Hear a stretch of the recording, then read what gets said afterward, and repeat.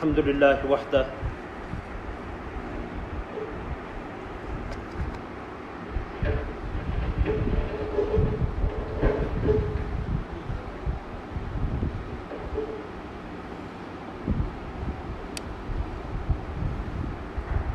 الحمد لله وحده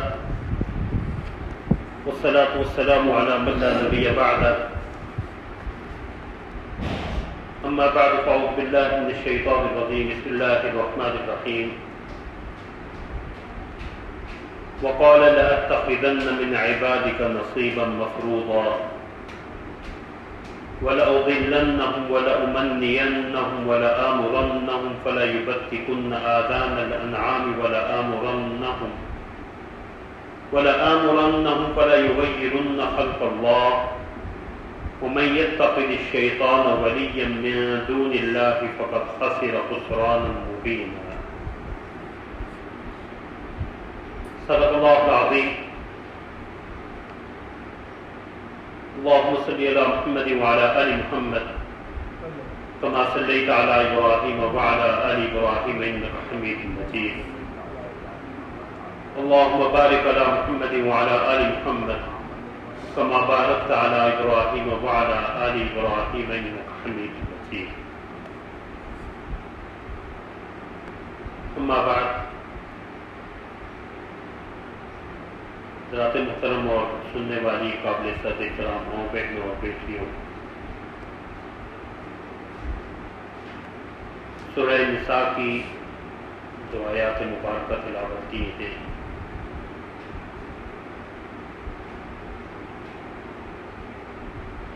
جس میں شیطان نے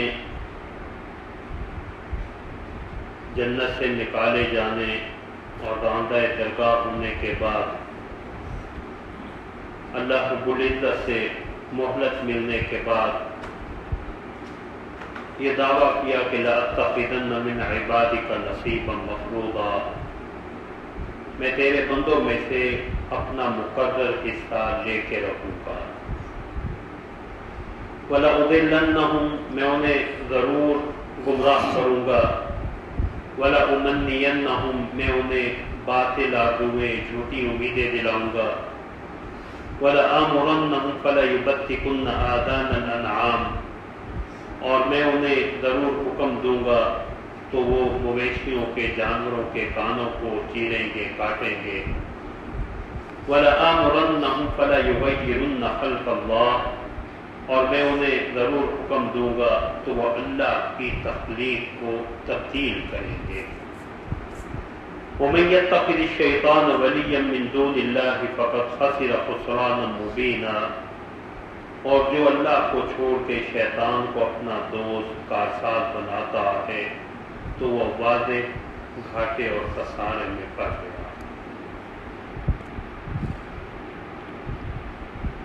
ان آیات مبارکہ کی روشنی میں اس وقت ملک عزیز پاکستان میں موضوع بحث ٹرانسجنڈر بل کی شرعی حیثیت کیا ہے اور اس میں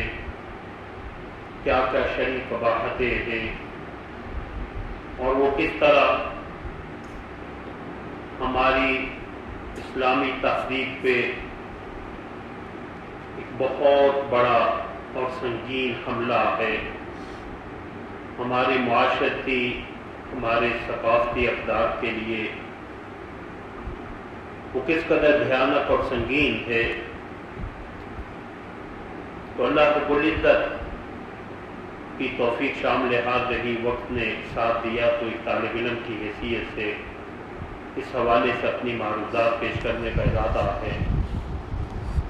دعا کریں اللہ رب العزت مجھے حق بات احسن پیرائے میں کہنے کی توفیق عطا فرمائیں، جو میں کہوں آپ سنیں، اللہ ہم سب کو عمل کی توفیق عطا فرمائیں۔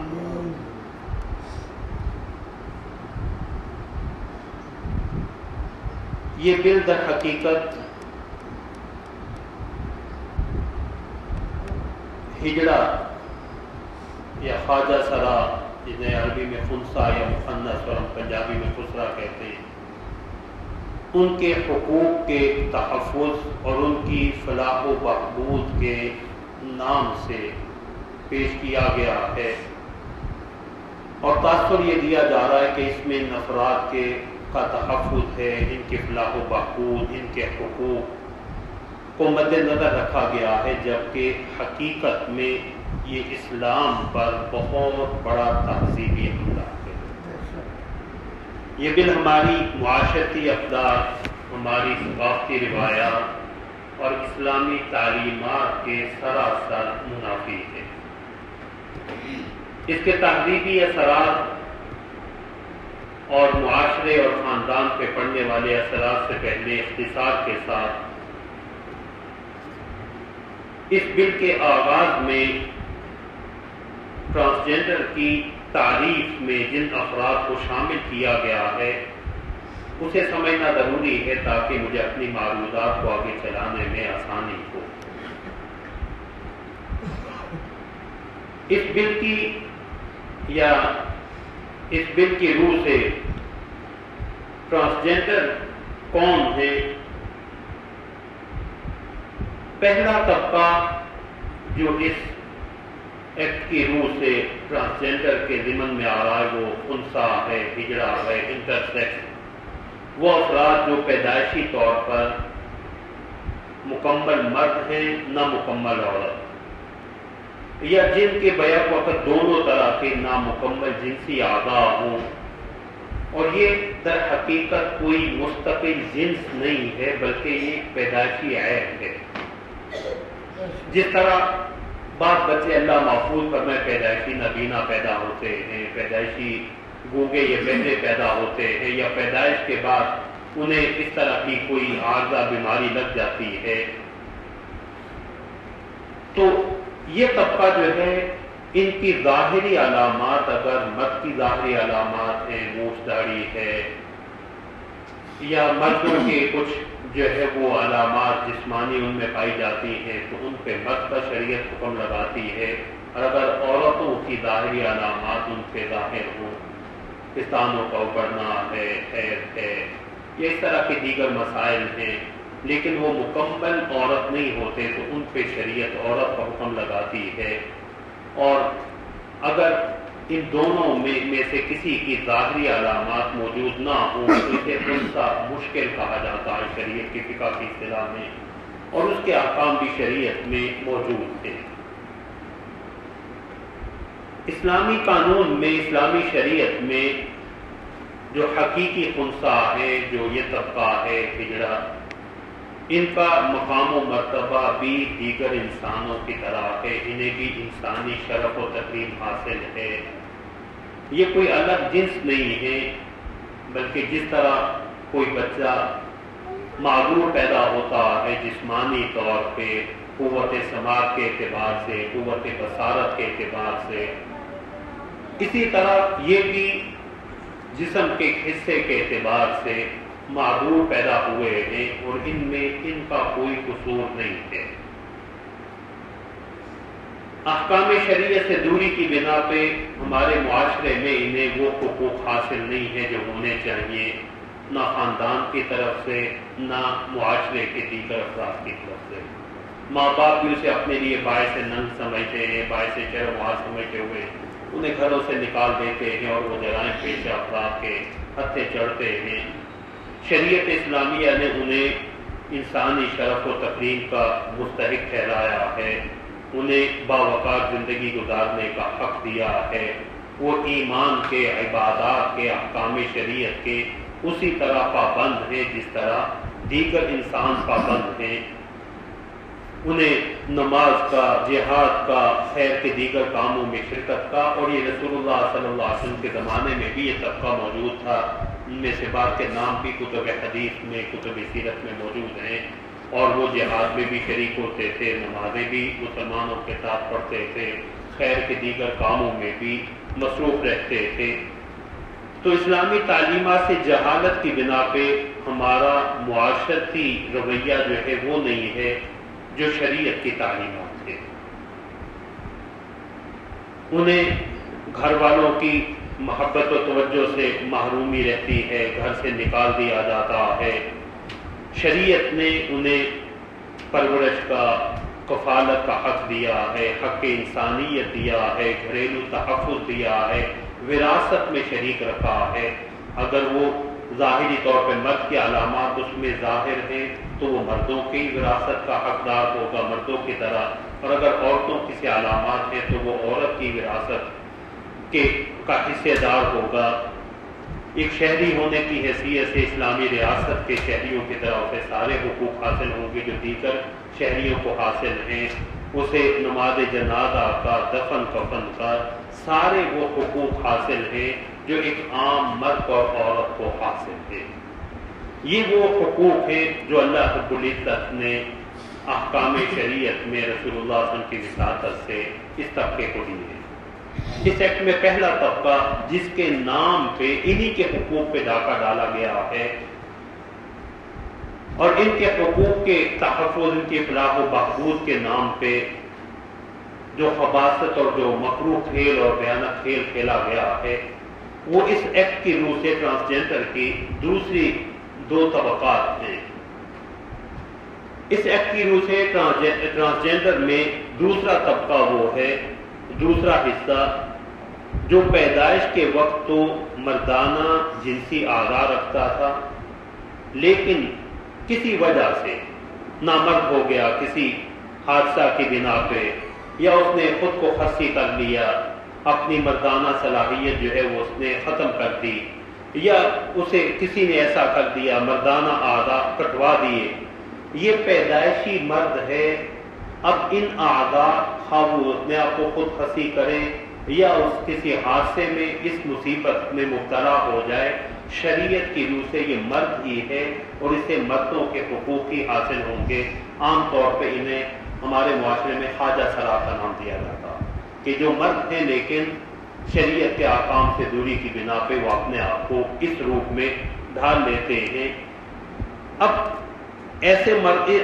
شریعت کی روح سے انہیں مردوں کے حقوق حاصل ہوں گے اور مردوں کی طرح ہی ان سے برتاؤ اور رویہ رکھا جائے گا۔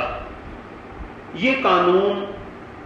اسے مرضی سے جنسی شناخت کا حق دیتا ہے جو خلاف شریعت ہے، یعنی وہ مرد ہے لیکن مردانہ صلاحیت سے محروم ہو گیا ہے کسی حادثہ کی بنا پہ یا اپنی کسی غلطی کی بنا پہ، لیکن ہے وہ مرد۔ اب یہ قانون اسے یہ حق دیتا ہے کہ وہ اپنے آپ کو مرد برقرار رکھے یا عورت، رجسٹر کروا لے، نادرا میں جائے اور اپنی جنس جو ہے وہ عورت میں تبدیل کرا لے یا خواجہ سرا میں ہجڑوں میں اپنا شمار کروا لے۔ یہ قانون جو ہے اسے یہ جو حق دے رہا ہے مرد سے اپنی جنس کی تبدیلی کا، یہ بھی خلاف شریعت ہے۔ دوسرا، اس میں بالواسطہ خود کو خصی بنانے کے عمل کی کبھی قانونی جواز یہ قانون فراہم کرتا ہے جو شریعت کی روح سے ناجائز ہے کہ پیدائشی طور پر تو مرد ہے لیکن بعد میں اعضائے تناسل کٹوانے کی بنا پہ، خصی ہونے کی بنا پہ وہ خود کو بیوی سے جنسی تعلق کی جو ہے وہ صلاحیت سے تو محروم ہے، لیکن شریعت نے اس پہ مرد کے احکام ہی باقی رکھے ہیں، اور شریعت اسلامیہ نے مرد کے لیے خود کو خصی کروانا، اعضائے تناسل کٹوانا یا خواجہ سرا بننا اسے حرام قرار دیا ہے، یہ گناہ کبیرہ ہے۔ رسول اللہ صلی اللہ علیہ وسلم کی واضح تعلیمات اس حوالے سے موجود ہیں کہ رسول اللہ نے ایک اچھے مقصد کے لیے بھی اس کی اجازت نہیں دی، تو جائے کہ اسے برے اور غلط مقاصد کے لیے جو ہے وہ استعمال کیا جائے۔ حضرت عثمان بن مظعون رضی اللہ تعالیٰ عنہ کی حدیث ہے کہ ہم نے رسول اللہ صلی اللہ علیہ وسلم سے اجازت طلب کی کہ اذن لنا فی الاختصاء، یا رسول اللہ ہمیں خصی ہونے کی اجازت دے تاکہ ہم اپنے آپ کو نکاح کے جمیلوں میں نہ پڑیں اور ہم عبادات میں، اللہ کی ذکر میں، اذکار میں اپنے اوقات کو جو ہے وہ لگائے رکھیں۔ تو رسول اللہ صلی اللہ علیہ وسلم نے فرمایا لیس منا من خصا ولا اختصا، جو ہم میں سے وہ نہیں ہے جو خود کو خصی کرے یا کسی کو خصی کرے، خصی کرنے والا، کروانے والا، یہ ہم میں سے نہیں ہے۔ اور فرمایا میری امت کا خصا یعنی اس صلاحیت کا کہ جنسی شہوات پہ قابو پانے کا اللہ نے علاج اور حل روزوں میں رکھا۔ ان خصا امتی فی الصیام۔ حضرت سعد بن ابی وقاص رضی اللہ تعالیٰ عنہ فرماتے ہیں کہ رسول اللہ صلی اللہ علیہ وسلم نے حضرت عثمان ابن مظعون رضی اللہ تعالیٰ عنہ نے جو شادی کی زندگی اختیار نہ کرنے کی اجازت طلب کی تو رسول اللہ صلی اللہ علیہ وسلم نے اس کے رد فرمایا، اس کی اجازت نہیں دی، اور اگر رسول اللہ صلی اللہ علیہ وسلم نے اجازت دیتے تو ہم جو ہے وہ ہنسی ہو جاتے تاکہ ہم عبادات میں اپنے آپ کو مصروف رکھیں۔ اب یہ ایک نیک مقصد کی خاطر بھی شریعت نے اس کی اجازت نہیں دی۔ اعضاء کا کاٹنا یا اپنی مردانہ صلاحیت سے خود کو محروم کرنا یہ مسئلہ ہے کہ انسانی اعضاء کاٹنا، مرنے کے بعد سیدنا حمزہ رضی اللہ تعالیٰ عنہ کی لاش کے ساتھ جو سلوک کیا گیا تو مسئلہ کہتے ہیں کہ ناک کان اعضاء جو ہے وہ کاٹنا، تو رسول اللہ صلی اللہ علیہ وسلم نے اسے بھی مسئلہ قرار دیا ہے اور اسے حرام قرار دیا ہے۔ وَمَنْ نَهَى النَّبِيُّ صلی اللہ علیہ وسلم عن النَّهْبَةِ وَالْمُثْلَةِ کہ نبی صلی اللہ علیہ وسلم نے مال لوٹنے سے، لوٹ مار کرنے سے اور مثلا کرنے سے کہ میدان جنگ میں اگر کوئی دشمن مارا گیا تو اس کے اعضاء کاٹنے سے، تو مردہ آدمی دشمن کے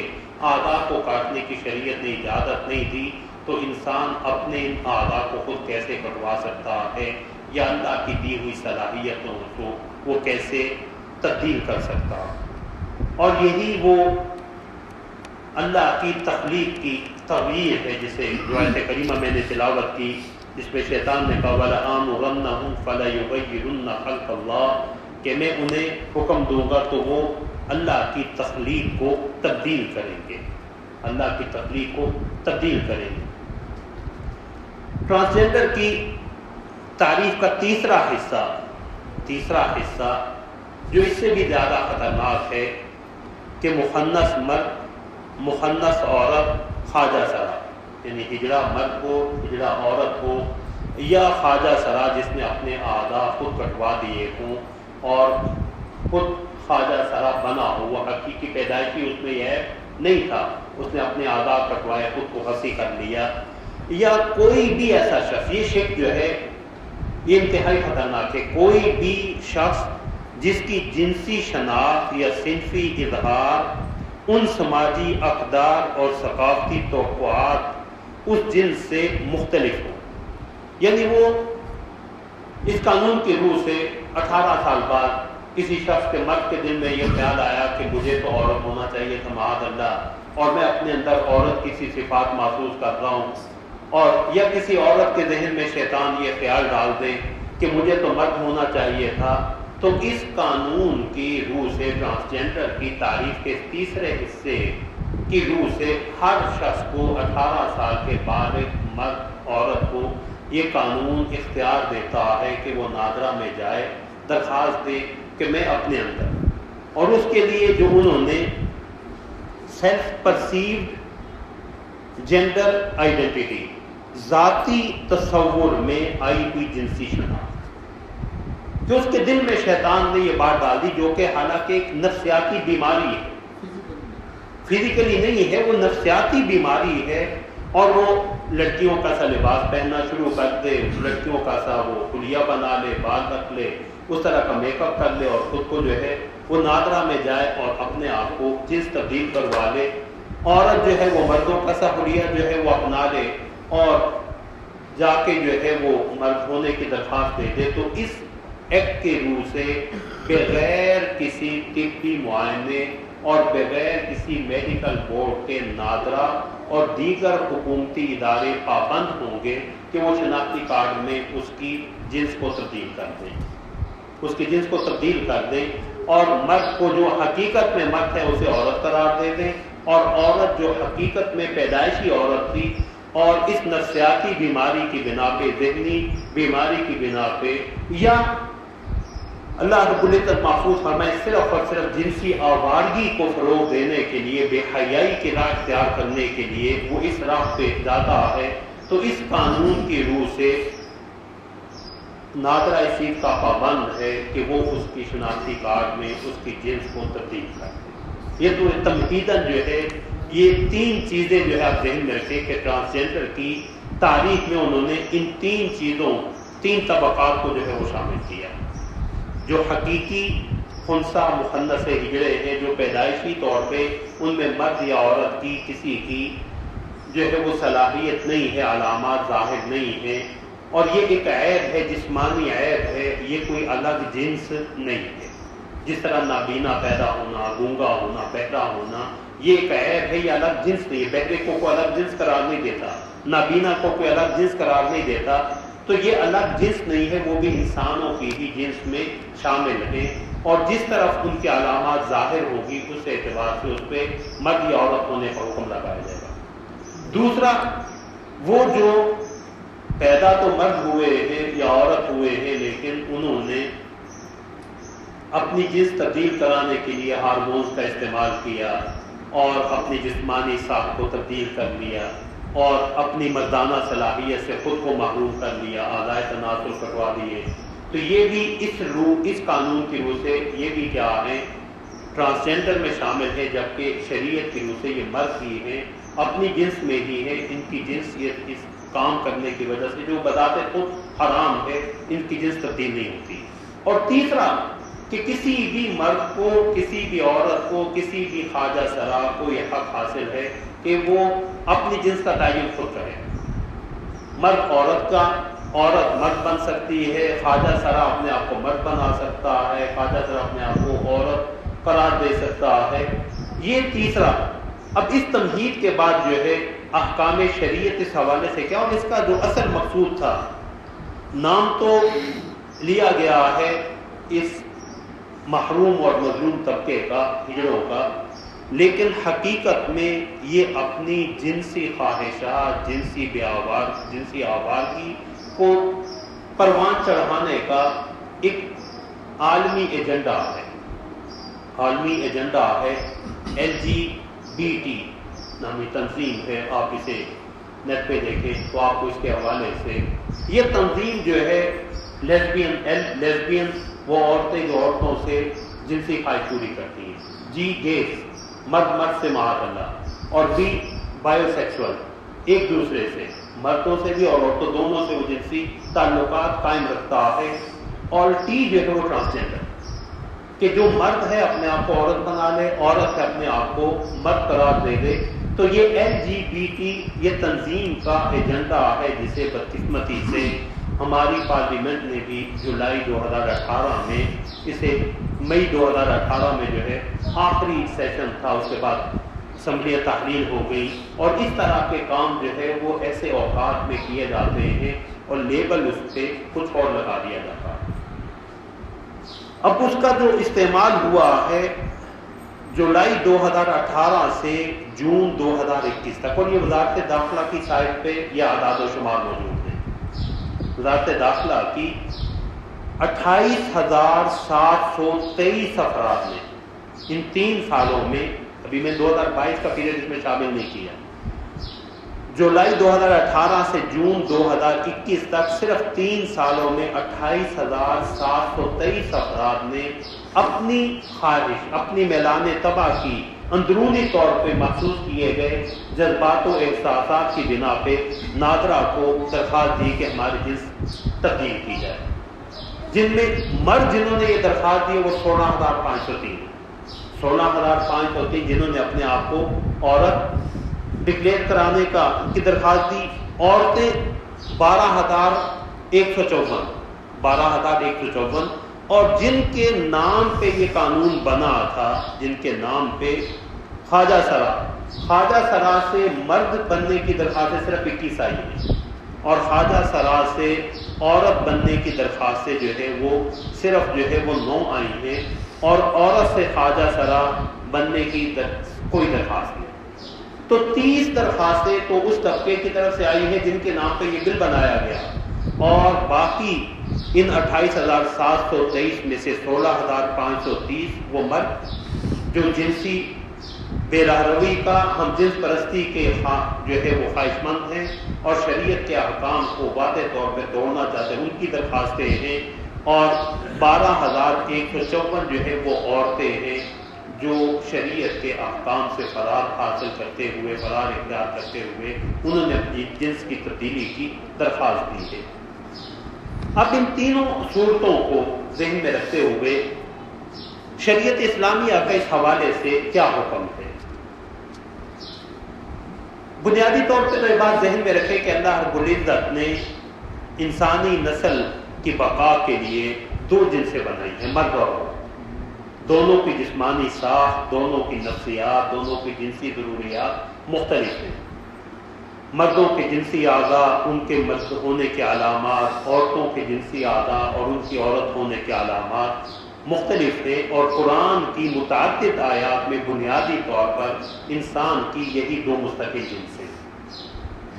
وَأَنَّهُ خَلَقَ الزَّوْجَيْنِ الذَّكَرَ وَالْأُنثَى مِن نُطْفَةٍ إِذَا تُمْنَىٰ، سورہ نجم میں کہ اللہ رب العزت نے دو جوڑے پیدا کیے، دو جنسیں پیدا کی، مذکر اور مؤنث، نر اور مادہ، من نطفة اذا تمنا، اور یہ تعین بالکل ابتدائی مرحلہ میں اللہ کے علم میں ہو جاتی ہے جب نطفہ مرد کا عورت کے رحم میں پہنچتا، اور مرد و عورت کی تخلیق یہ اللہ رب العزت کا اختیار ہے۔ للہ ملک السماوات والارض یہب لمن یشاء اناثا ویہب لمن یشاء الذکور او یزوجہم ذکرانا واناثا ویجعل من یشاء عقیما انہ علیم قدیر۔ اللہ کے لیے آسمانوں کی اور زمین کی بادشاہت اور حکومت ہے، جسے چاہتا ہے بیٹیاں دیتا ہے، جسے چاہتا ہے بیٹے دیتا ہے، جسے چاہتا ہے دونوں نعمتیں عطا فرما دیتا ہے، مرد و عورت۔ وَيَجْعَلُ مَن يَشَاءُ عَقِيمًا، اور وہ بے نیاز جسے چاہے بے اولاد رکھ دیتا۔ تو ٹرانسجینڈر جو ہے در حقیقت اللہ کی تقسیم پر ناراض ہے، اپنی جنس کی تبدیلی۔ اور یہاں ایک بنیادی فرق ذہن میں رکھیں، کیونکہ سوشل میڈیا پہ یہ موضوع کافی عرصے سے، جب سے یہ سینٹ میں اس بل کے حوالے سے ترامیم پیش ہوئی ہیں، تو جو پہلا غلط تاثر دیا جا رہا ہے کہ یہ خواجہ سراؤں کے حقوق کے تحفظ کے لیے، جبکہ حقیقت میں یہ جنسی آوارگی کا بل ہے، اسلامی تہذیب پہ ایک بڑا حملہ۔ دوسرا چیز یہ کہ وہ کہتے ہیں کہ ایک آدمی اپنی جنس جو ہے وہ اصلاح جنس، کہ اس میں مردوں کی علامت ہے لیکن مکمل نہیں، تو آپریشن کے ذریعے وہ تبدیل کروا دیں گے۔ آپریشن کے ذریعے پرانے بھی ابھی اب اخبارات میں دیکھتے ہیں کہ آپریشن کے بعد جنس جو ہے وہ تبدیل ہو گئی، تو وہ جنس کی تبدیلی جو ہے وہ اصلاح جنس ہے، کہ بچے میں کچھ علامات تھیں لیکن وہ واضح نہیں تھی، اس آپریشن کے ذریعے اس کی مرد کی یا عورت کی وہ علامات جو ہے وہ ظاہر کر دی گئی، تو وہ حقیقت میں اسی کی جنس کی اصلاح ہے، ایک حقیقی مرد کی عورت میں یا حقیقی عورت کی مرد میں تبدیلی نہیں ہے۔ ٹرانسجینڈر جو ہے یہ در حقیقت اللہ کی تقسیم پر اعتراض ہے، اور اللہ کی تخلیق کو بگاڑنا یہ سخت ناپسندیدہ، شریعت کے روح سے گناہ کبیرہ، قابل لعنت ہے۔ شیطان نے جو اللہ رب العزت کی طرف سے مہلت ملنے کے بعد انسانیت کو گمراہ کرنے کے جو دروازے بکھر کیے، وَلَأُضِلَّنَّهُمْ، میں انہیں گمراہ کروں گا، وَلَأُمَنِّيَنَّهُمْ، ان میں طرح طرح کی جھوٹی باتیں، آرزویں، تمنائیں، امیدیں پیدا کروں گا، وَلَآمُرَنَّهُمْ فَلَيُبَتِّكُنَّ آذَانَ الْأَنْعَامِ، میں انہیں حکم دوں گا وہ جانوروں کے کان چیریں گے نظر سے بچنے کے لیے، یا اپنے معبودوں کے نام پہ طرح طرح کی جو ہے وہ تصورات کے تحت، وَلَآمُرَنَّهُمْ فَلَيُغَيِّرُنَّ خَلْقَ اللَّهِ، اور میں انہیں حکم دوں گا تو وہ اللہ کی تخلیق کو، اللہ کی خلقت کو تبدیل کریں گے۔ تو یہ اللہ کی تخلیق کو بدلنے کا گناہ ہے، اور یہاں مفسرین کرام نے اسے ظاہری اور باطنی دونوں خلقت، دونوں تخلیق کو بدلنا گناہ کبیرہ اور اللہ کی نافرمانی قرار دیا۔ ایک تو یہ کہ اللہ نے ہر انسان کو جو ہے وہ دین فطرت اسلام پہ پیدا کیا ہے، شیطان جو ہے وہ انہیں گمراہ کر کے شرک کی طرف لے جاتا۔ امام ابن کثیر رحمۃ اللہ علیہ نے لکھا کہ فَأَقِمْ وَجْهَكَ لِلدِّينِ حَنِيفًا فِطْرَةَ اللَّهِ الَّتِي فَطَرَ النَّاسَ عَلَيْهَا لَا تَبْدِيلَ لِخَلْقِ اللَّهِ، کہ اپنا رخ دین حق پہ کی طرف پہ قائم رکھو، سب سے کٹ کے اللہ کی طرف متوجہ رہو، اور یہ اللہ کی وہ فطرت ہے جس پہ اللہ نے لوگوں کو پیدا کیا ہے۔ لا تبدیل لخلق اللہ، اللہ کی اس تخلیق میں کوئی تبدیلی نہیں ہوگی۔ اور یہی رسول اللہ نے فرمایا کہ کل مولود یولد علی الفطرہ، ہر بچہ فطرت پہ پیدا ہوتا ہے، فابواہ یحودانہ او ینصرانہ او یمجسانہ، اس کے والدین اسے یہودی بنا لے، نصرانی بنا لے یا مجوسی بنا لے، تو یہ دین فطرت سے جو ہے وہ ہٹانا یہ بھی۔ اور دوسرا امام ابن جریر طبری رحمۃ اللہ علیہ نے لکھا ہے کہ اس سے مراد انسان کی جو جسمانی کیفیت ہے اسے تبدیل کرنا، جسمانی ساخت کو تبدیل کرنا۔ اور اس میں رسول اللہ صلی اللہ علیہ وسلم کی متعدد احادیث جو ہے وہ موجود ہیں۔ حضرت عبداللہ بن مسعود رضی اللہ تعالیٰ عنہ کی حدیث کہ لعن اللہ الواشمات والمستوشمات والنامسات والمتنمسات والمتفلجات للحسن المغیرات خلق اللہ۔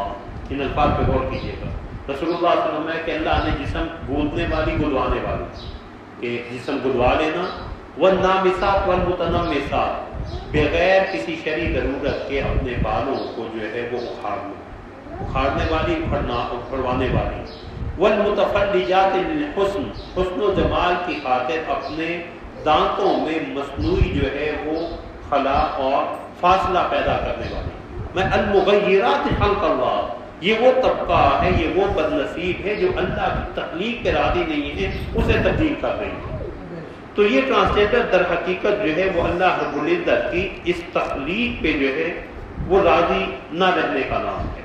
اور وہ شریعت اسلامیہ نے اس حوالے سے کہ اعضاء کو تبدیل کرنا یہ کس قدر جو ہے وہ خطرناک ہے کہ حضرت عبداللہ بن مسعود نے فرمایا کہ اللہ نے لعنت کی۔ تو ایک عورت خاتون کہنے لگی جو قرآن کریم کا کثرت سے مطالعہ کرتی تھی کہ مجھے تو قرآن کریم میں کہیں نظر نہیں آیا۔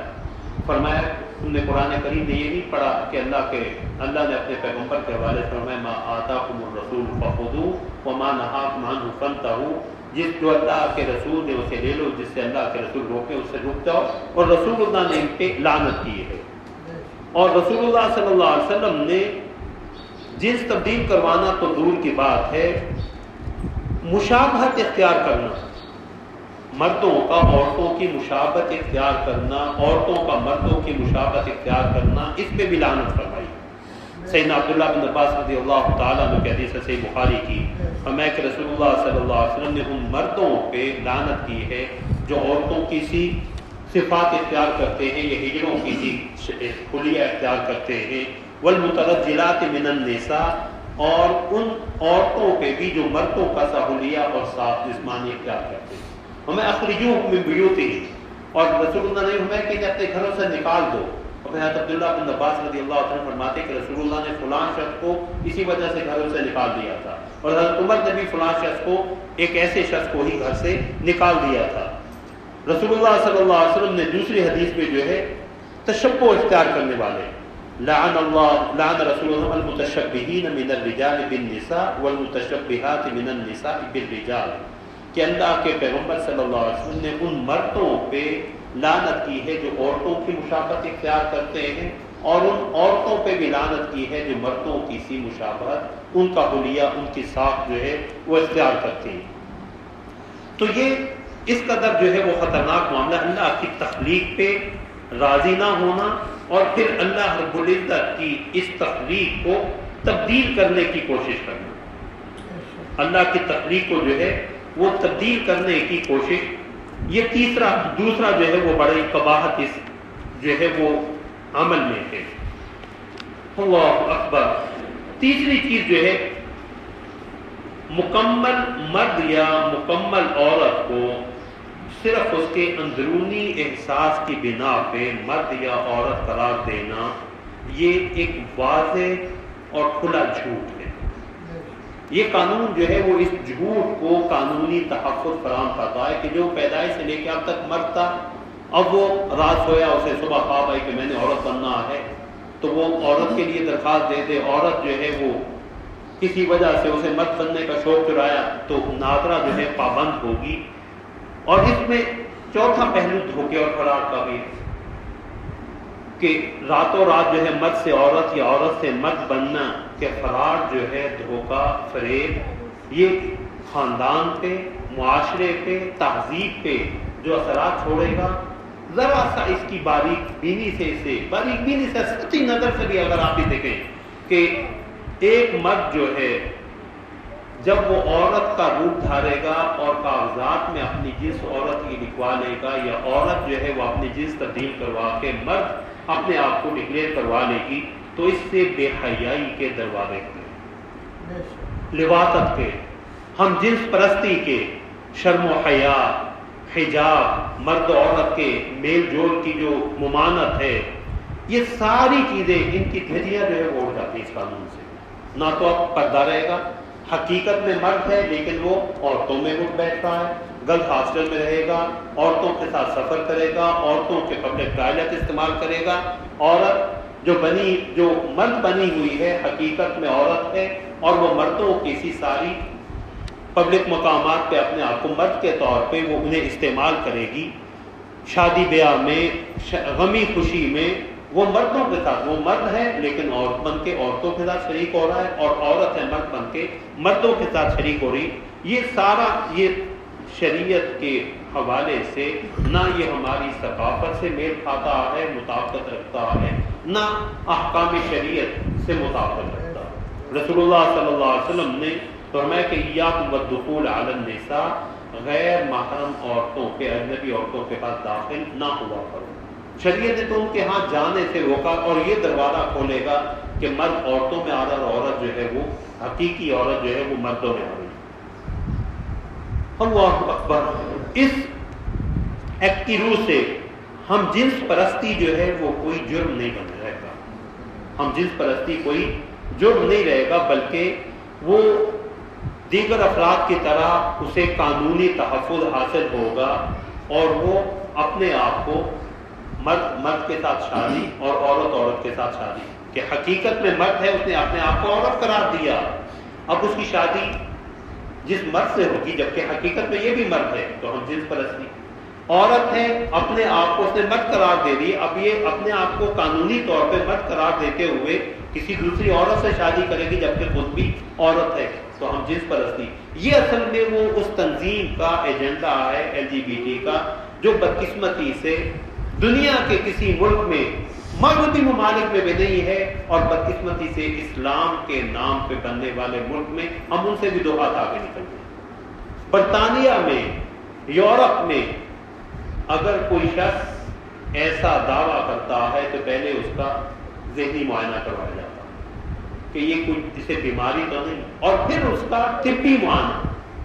اس میڈیکل چیک اپ کے بعد کہ آیا واقعتاً ایسا ہے یا نہیں۔ اب یہاں کیا ہے کہ کوئی بدبخت اٹھے اور جا کے صرف نادرہ کو درخواست دے، ایک بیان حلفی ساتھ لگائے، اور بیان حلفی ہمارے ہاں جو اس کا حال ہے وہ بھی آپ کو پتا ہے، اس کے بیان حلفی کی بنا پہ کسی تحقیق تفتیش کے بغیر، کسی طبی معائنے کے بغیر اس کی جو ہے وہ جنس تبدیل کر دی جائے گی۔ تو یہ در حقیقت ہم جنس پرستی کا دروازہ کھولنے کی کوشش، اور ہم جنس پرستی کی کیا سنگینی ہے، اللہ رب العزت نے قرآن کریم میں قوم لوط کا بار بار تذکرہ کیا کہ ان کے اسی جرم کی بنا پہ اللہ رب العزت نے انہیں نشان عبرت بنایا، پتھروں کی بارش، انہیں ان کی بستیوں کو زمین سے اٹھایا گیا اور اوپر جا کے نیچے پٹک دیا گیا۔ وَلُوطًا إِذْ قَالَ لِقَوْمِهِ أَتَأْتُونَ الْفَاحِشَةَ مَا سَبَقَكُم بِهَا مِنْ أَحَدٍ مِّنَ الْعَالَمِينَ۔ اور لوط جب انہوں نے اپنی قوم سے کہا کہ تم وہ بے حیائی کا کام کرتے ہو جو تم سے پہلے کبھی کسی نے نہیں کی، یہ جرم سب سے پہلے قوم لوط میں آیا۔ إِنَّكُمْ لَتَأْتُونَ الرِّجَالَ شَهْوَةً مِّن دُونِ النِّسَاءِ، تم عورتوں کو چھوڑ کے مردوں سے اپنی خواہش پوری کرتے ہو، بل انتم قوم مسرفون، تم سے حد سے تجاوز کرنے والے ہو۔ تو قوم کا جواب کیا تھا؟ جو آج کے لبرل طبقے کا، ان نام نہاد جو ہے وہ NGOs کا، کہ یہ بڑے متقی، یہ بڑے نیک ہیں، تو قوم کا جواب کیا تھا؟ وما كان جواب قومه الا ان قالوا اخرجوهم من قريتكم انهم اناس يتطهرون۔ قوم کا جواب یہ تھا کہ انہیں جو ہے وہ اپنی بستی سے نکال دو، یہ بڑے پاکیزہ بنتے ہیں۔ تو اللہ رب العزت فرماتے فَأَنْجَيْنَاهُ وَأَهْلَهُ إِلَّا امْرَأَتَهُ كَانَتْ مِنَ الْغَابِرِينَ، تو ہم نے انہیں اور ان کے گھر والوں کو نجات دی، إِلَّا امْرَأَتَهُ، بیوی، پیغمبر کی بیوی بھی اس جرم میں شریک ہونے کی بنا پہ، قوم کی حوصلہ افزائی کرنے کی بنا پہ بچ نہیں سکی، تو وہ بھی پیچھے رہنے والوں، اللہ وَأَمْطَرْنَا عَلَيْهِمْ مَطَرًا، ہم نے ان پہ بارش برسائی، پتھروں پہ بارش۔ فانظر کیف کان عاقبۃ المجرمین، تو دیکھو مجرموں کا انجام کیسا ہوا۔ سورہ ہود میں اللہ رب العزت میں فلما جاء امرنا جعلنا عالیہا سافلہا، جب ہمارا حکم آیا تو ہم نے بستی کے اوپر کو نچلا حصہ کر دیا، کہ جبریل امین نے اس بستی کو اٹھایا، 4 بستیاں، اور اٹھایا اور اٹھا کے زمین پہ کر دیا، اوپر والا حصہ نیچے۔ وَأَمْطَرْنَا عَلَيْهِمْ حِجَارَةً، اکثر تو اسی میں پس کے مر گئے، اور جو اکا دکا بچے اور وہ بھاگے، انہوں نے اپنی جان بچانا چاہی، تو اللہ فرماتے ہیں وَأَمْطَرْنَا عَلَيْهِمْ حِجَارَةً مِّن سِجِّيلٍ مَّنضُودٍ مُّسَوَّمَةً عِندَ رَبِّكَ، ہم نے ان پہ پکی ہوئی مٹی کے پتھر پے در پے تے در تے جو ہے وہ ان پہ پھینکے، اور مُسَوَّمَةً عِندَ رَبِّكَ، ان کی خاصیت یہ تھی کہ تیرے رب کے ہاں ان میں سے ہر ایک پہ نشان لگا ہوا تھا کہ یہ کس کو جا کے لگے،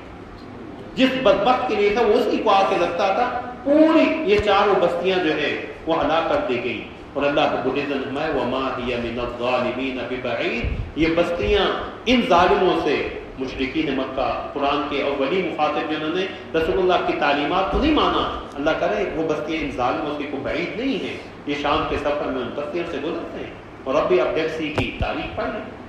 بحر مردار، وہ اب بھی نشان عبرت جو ہے وہ بستیاں اللہ رب العزت نے انہیں بنا دی۔ اور رسول اللہ صلی اللہ علیہ وسلم نے اس عمل کی قباحت جو ہے وہ بیان فرمایا کہ جسے تم قوم لوط کا عمل کرتے دیکھو تو فقتلوا الفاعل والمفعول، کام یہ بدفعلی کرنے والے بدفعلی کروانے والے دونوں کو جو ہے وہ قتل کرنا۔ دوسری حدیث میں سنن ابن ماجہ کی سنسار کر دو،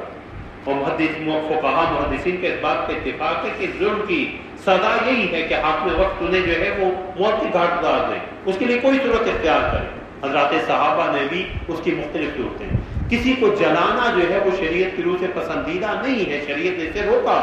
لیکن حضرت علی رضی اللہ تعالیٰ عنہ کی رائے یہ تھی کہ یہ اتنا سنگین جرم ہے کہ اسے نشان عبرت بنانے کے لیے بدفعلی کرنے والے مرد اور عورت کو جو ہے وہ زندہ جلا دیا جائے۔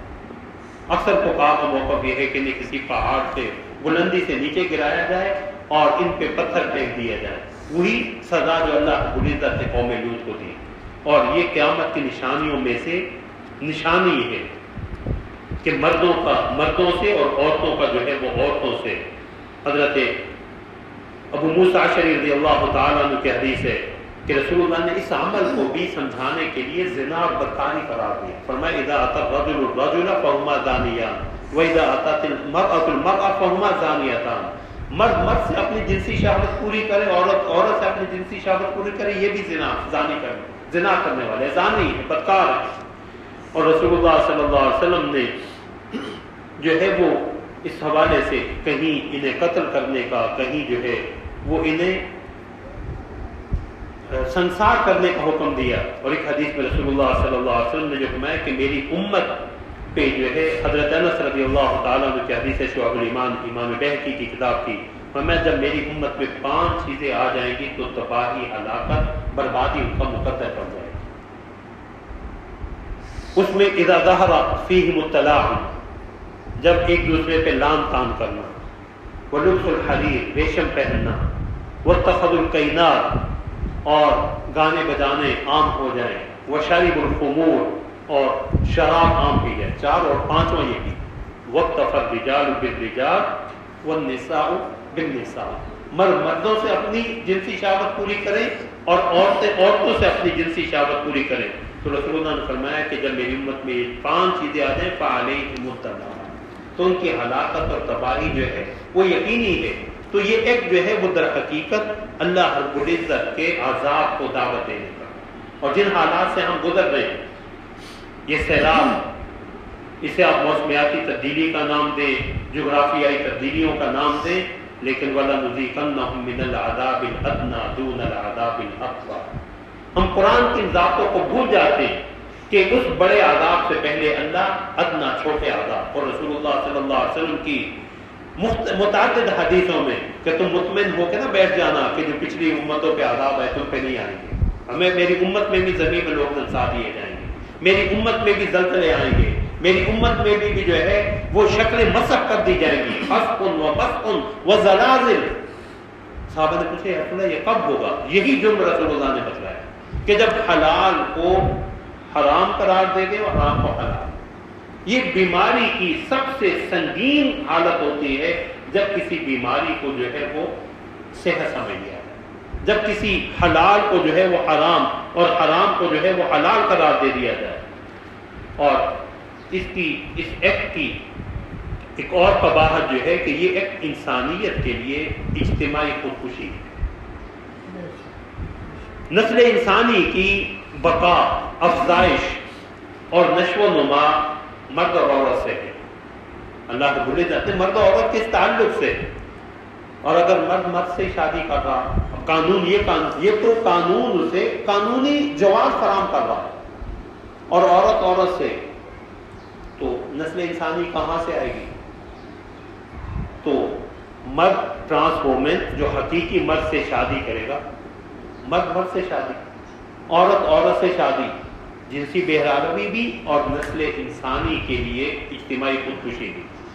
اور در حقیقت یہ مرد و عورت کی جو اللہ نے تقسیم رکھی ہے، یہ صرف ظاہری جسامت اور ساخت نہیں ہے، بلکہ اس کے اندر بہت سی عظیم حکمتیں اس سے وابستہ ہیں۔ انسانیت کے بڑے اہداف جو ہے وہ ان دونوں جنسوں کے ساتھ اللہ نے وابستہ رکھے ہیں۔ اللہ نے باپ میں جو ذمہ داریاں رکھی ہیں مرد ہونے کی حیثیت سے، وہ عورت میں نہیں ہیں۔ عورت میں جو ذمہ داریاں بچے کی تربیت، اس کی ولادت اور اس سے پہلے وضع حمل کی، یہ مرد میں نہیں ہیں۔ تو کلکم راع وکلکم مسئول عن رعیتہ، یہ در حقیقت اپنی ان ذمہ داریوں سے راہ فرار ہے۔ ہر شخص ذمہ دار ہے، ہر شخص اس کی رعیت کے بارے میں پوچھا جائے گا۔ فرمایا کہ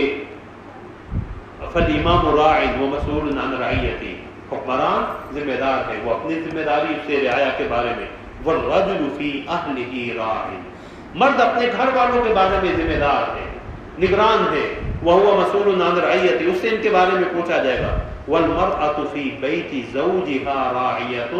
عورت خاتون اپنے خاوند کے گھر میں ذمہ دار ہے، نگران ہے، اس سے اس کے بارے میں پوچھا جائے گا۔ خادم اپنے مالک کے مال کے بارے میں ذمہ دار اور نگران ہے، اس سے اس کے بارے میں پوچھا جائے گا۔ تو ٹرانسجینڈر ایکٹ جو ہے اپنی ذمہ داریوں سے راہ فرار ہے۔ اور رسول اللہ صلی اللہ علیہ وسلم کی حدیث حضرت عبداللہ بن عباس کی کہ رسول اللہ نے ان مردوں پہ، مخنث مردوں پہ لعنت کی ہے جو عورتوں کی چال چلن، ان کی ساخت اختیار کرتے ہیں ان کا، اور ان عورتوں پہ جو مردوں کا چال چلن اختیار کرتی ہیں، اور فرمایا کہ انہیں اپنے گھروں سے جو ہے وہ نکال دو۔ اب معاشرتی ذمہ داریوں کو نبھانے کے لیے مرد و عورت کا اپنے اپنے دائرہ کار اور فرائض کو سمجھنا بھی ضروری ہے کہ جو اللہ رب العزت نے اسے ذمہ داریاں دی ہیں، جب تک وہ ان ذمہ داریوں کو، اپنے فرائض کو سمجھے گا نہیں، اسے ادا کیسے کرے گا؟ اور جو شخص مرد سے عورت بن رہا ہے، عورت سے مرد بن رہا ہے، وہ اپنے فرائض کو کیسے سمجھ سکتا، اور پھر ان فرائض کو وہ ادا کیسے کرے گا؟ ایک اور بڑی قباحت جو ہے وہ نسب کی حفاظت ہے۔ نسب کی حفاظت کیسے ہوگی کہ وہ مرد جو، اور اس قانون کی روح سے تو وہ 3 بچوں کا باپ ہی کیوں نہ ہو، اسے 3 بچوں کے بعد خیال آئے کہ مجھے عورت ہونا چاہیے تھا، تو بچوں کی نسبت کس کی طرف ہوگی؟ وہ عورت جو اب باپ بن بیٹھی ہے، جو اب مرد بن بیٹھی ہے، تو نسب، قانون شہادت، گواہی، وراثت، شریعت کے کتنے احکام، پردے کے احکام، گواہی کے احکام، وراثت کے احکام، کہ ٹرانسجینڈر وومن جو ہے وہ کہ میں تو مرد بن چکی ہوں، تو مجھے تو بھائی کے برابر حصہ ملنا چاہیے، اور یہ آدھے حصے پہ، یہ شریعت کے وراثت کے احکام، گواہی کے احکام، تمام شریعت کے، اور مرد و عورت کا جو اختلاط ہے، شرم و حیا، یہ ساری جو ہے اس کی دھجیاں جو ہے وہ اس قانون کی بنا پہ جو ہے وہ اڑ رہی ہے۔ اللہ ہمیں جو ہے وہ صحیح سمجھ نصیب فرمائیں۔ تو آخری بات جو ہے کہ کسی بھی عقل کا تقاضا یہ ہے کہ کوئی نابینا شخص اگر اپنے آپ کو کہ میں بینا ہوں، کوئی گونگا بہرا اور کہتے میں تو گونگا نہیں ہوں، میں تو بہرا نہیں ہوں، تو صرف اس کے اس دعوے کی بنا پہ نابینا کو بینا قرار نہیں دیا جا سکتا۔ گونگے کو بولنے والا اور بہرے کو جو ہے وہ قوت سماعت رکھنے والا قرار نہیں دیا جا سکتا. تو اسی طرح عقل کا تقاضا یہ ہے کہ اگر کوئی ذہنی مریض ایسا آ گیا ہے تو پہلے تو اس کی علاج کی کوشش کی جائے اور پھر جو ہے اسے اگر طبی معائنہ. اور یہ قانون جو ہے ہم اغیار کی پیروی میں وَلَن تَرْضَىٰ عَنْكَ الْيَهُودُ وَلَا النَّصَارَىٰ حَتَّىٰ تَتَّبِعَ مِلَّتَهُمْ. یہ بات یاد رکھیں کہ نصارہ اور یہود اس وقت تک آپ سے راضی نہیں ہو سکتے جب تک آپ ان کے دین میں ان کی پیروی نہیں کرتے. یہ سارے قانون بنا دو لیکن وہ اس وقت تک تم سے راضی نہیں ہو سکتے جب تک تم معاذ اللہ ثم معاذ اللہ یہ دین اسلام کا جو امتیاز اللہ نے تمہیں دیا ہے، شرف دیا ہے، اسے اتار کے معاذ اللہ ان کی ملت اور مذہب کو اختیار نہیں کرتے. تو یہ قانون جو ہے اس میں اللہ رب العزت کے احکام کی، شریعت کے احکام کی بھی واضح خلاف ورزی اور یہ نہ ہماری ثقافت کے ساتھ میل رکھتا ہے نہ دستور پاکستان سے اس کی مطابقت ہے. پاکستان کا دستور یہ ضمانت دیتا ہے کہ کوئی قانون ایسا نہیں بنایا جائے گا جو قرآن و سنت سے متصادم ہو. اور یہ ایک جو ہے یہ تو واضح جو ہے وہ اللہ رب العزت کے سے بغاوت ہے اور نتائج جو ہے ہم بھگت رہے ہیں. سیلاب ابھی اس سے سنبھلے نہیں، اس سے پہلے زلزلہ ہے، اب 2005 میں زلزلہ، اس کے بعد طرح 2010 کا سیلاب اور اب اس دفعہ کا سیلاب کہ کھلے میدانوں میں 12-13 فٹ جو ہے پانی کا. اور جو بے گھر ہوئے ہیں، جو جس حالت سے قوم گزر رہی ہے، اس حالت میں بجائے یہ کہ ہمیں اللہ کی طرف رجوع ہونا چاہیے، اللہ سے اپنے گناہوں کی معافی مانگنی چاہیے، ہم اللہ رب العزت کے غضب کو دعوت دے رہے ہیں، اللہ کی ناراضگی کو دعوت دے رہے ہیں. تو اس حوالے سے ہم میں سے ہر شخص کی یہ ذمہ داری ہے انفرادی اجتماعی طور پہ اس کے خلاف آواز اٹھائیں، اپنے اپنے حلقے کے MNA سے MPA سے اس حوالے سے. اور حقیقت میں یہ بل جو ہے وہ اس کے بھی NGOs اس کے لیے جو جوڑ دروازے استعمال کرتی ہیں، لیکن بدقسمتی یہ ہے کہ اس بل کے حوالے سے یہ تینوں بڑی ہماری سیاسی پارٹی ایک پیش ہوئی، منظور یہ پیش کیا یہ PP کی 3 سینیٹرز نے، نون لیگ کے آخری دور میں شاہد خاقان عباسی کے دور میں آخری اجلاس میں یہ منظور ہوا اور PTI کی حکومت بشیری مزاری نے اس کی دفاع کی. اور اب بھی اگر سینیٹر مشتاق احمد جماعت اسلامی کی ہے، انہوں نے اس کے خلاف ترامیم پیش کیے ہیں اور مولانا عطا الرحمان کے جو بڑے بھائی ہیں انہوں نے اس حوالے سے جو ہے وہ اسے رد کرنے کے حوالے سے. لیکن دوسری طرف اس وقت بھی پیپلز پارٹی کے 2 سینیٹر جو ہے وہ اسے مزید مضبوط بنانے اور اسے ضابطۂ فوجداری کے ساتھ منسلک کرنے کی ترامیم لائے ہوئے. تو دعا کریں اللہ رب العزت ہمارے حکمرانوں کو، ہماری سیاسی پارٹیوں کو سمجھ دیں اور یہ ہماری شرعی ذمہ داری ہے کہ جنہیں ہم ووٹ دیتے ہیں کم از کم ان سے اس طرح کے خلاف شریعت قانون کے حوالے سے تو بات پوچھ کریں، ان سے پوچھیں کہ ہم نے ووٹ آپ کیوں وہاں گونگے بہرے اور اندھے ہو کے بیٹھے ہوئے اور اس طرح کے قانون جو ہے وہ آپ کے ہوتے ہوئے پاس ہو رہے ہیں. اور اگر یہ قانون 2018 سے اور اس کا جو استعمال ہوا، میں نے اس کے اعداد و شمار جو وزارت داخلہ کی سائٹ پہ ہے وہ آپ کے سامنے رکھے ہیں. یہ اللہ کے غضب کو، اللہ کے ناراضگی کو دعوت دینے کی مترادف ہے. جنسی آوارگی اور ہم جنس پرستی کا جو عالمی ایجنڈا ہے اس کا دروازہ اس ملک عزیز میں جو اسلام کے نام پہ قائم ہوا، اللہ رب العزت جو ہے ہمیں اس حوالے سے اپنی اپنی ذمہ داری ادا کرنے کی توفیق عطا فرمائے. اللہ ایسے منحوس اور شرمناک جو انسانیت کے لیے بھی باعث ننگ و عار قوانین ہیں ان سے جلد ہماری جان چھڑائیں. وآخر دعوانا الحمدللہ.